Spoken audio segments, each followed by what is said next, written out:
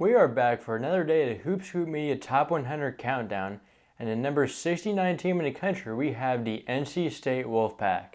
What's up, college basketball fans? I'm Hoop Scoop Media co-founder Austin Getchy, and welcome to the Hoop Scoop Media Top 100 College Basketball Teams Countdown.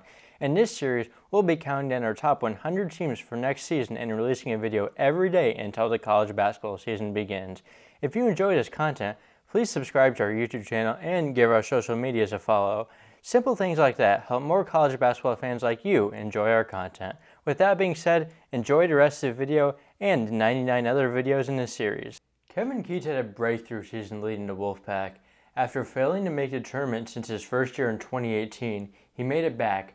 However, he's still searching for his first tournament win, falling to Creighton in the first round. Despite this, it was still a step in the right direction for Keatts, who was on the hot seat going into last season. However, the Wolfpack lost some of their main pieces for success that year, most notably their starting backcourt. Terquavion Smith, who started his pro career, averaged 17.9 points per game, and Jarkel Joyner, who exhausted his eligibility, averaged 17 points per game. Both players were named to the ACC All-Second team. Some other notable losses were Jack Clark, who transferred in conference to Clemson, Dusan Mahorcic, who transferred to Duquesne, and Ebenezer Dubuna, who transferred to Georgia Tech. Despite having to really hit the portal this offseason, which Keatts did, he still got some production back. One player returning was Casey Morsell, who had a breakout season last year. He was an extremely efficient offensive player, shooting over 41% from three-point range and over 56% from inside the arc.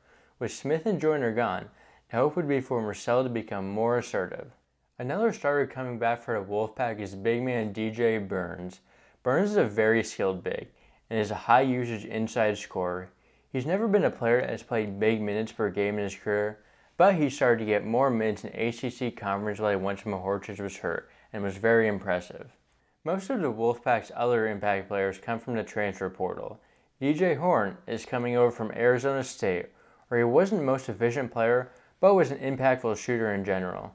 NC State's guards last year weren't the most efficient players either, so it might work out. With him in the backcourt will be Butler transfer Jaden Taylor.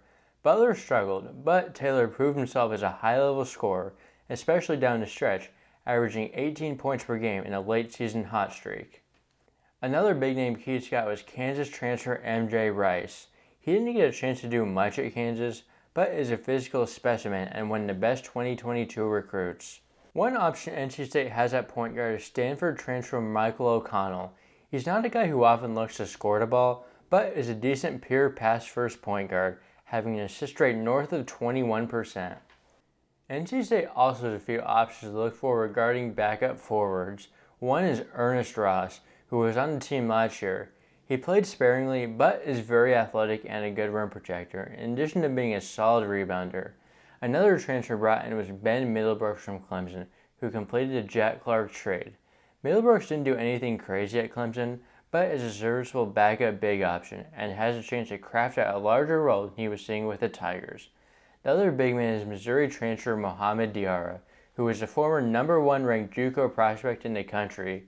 He didn't see a ton of minutes, but started some games down the stretch, and brings things you want in a big man in rebounding and rim protecting. Keatts also reeled in North Carolina A&T transfer Cam Woods.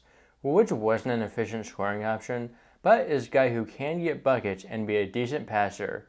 I don't love how he translates up to the ACC level, but he already has been the go-to guy in a D1 team before. NC State also returns a few backup guards in LJ Thomas and Breon Pass.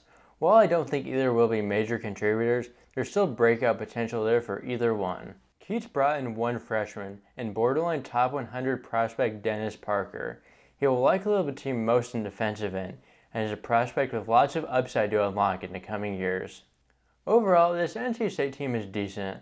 I don't think they will quite reach the level of last year's team, mostly due to the loss of the backcourt starters. While the guys they got to fill in likely aren't as good, they have lots of variability, and due to that, I think NC State is a team with a variety of outcomes.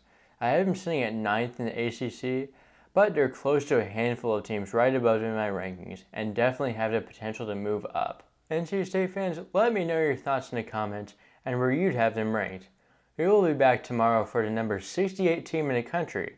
Subscribe and turn on post notifications so you don't miss it.